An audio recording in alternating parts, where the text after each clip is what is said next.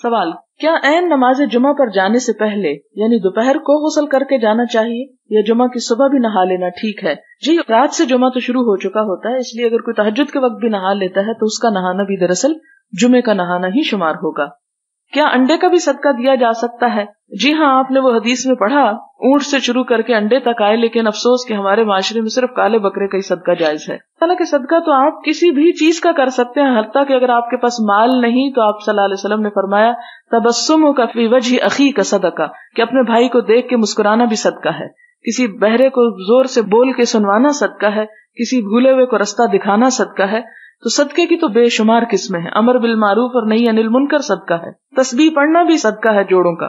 کیا یہ درست ہے کہ جمعہ کے دن ہر عمل کا ثواب عام دنوں کے مقابلے میں 70 گنا زیادہ ہوتا ہے، اور یہ کہ جو لباس پہلی مرتبہ جمعہ کے دن پہنا جائے اس کا حساب نہ ہوگا؟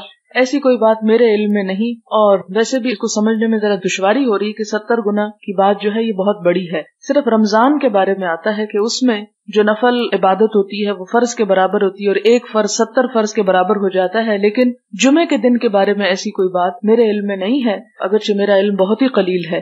اگر آپ کسی صحیح سند کے ساتھ یہ بات ہمیں بتا سکیں تو ہم دوسروں کو بھی بتا دیں گے۔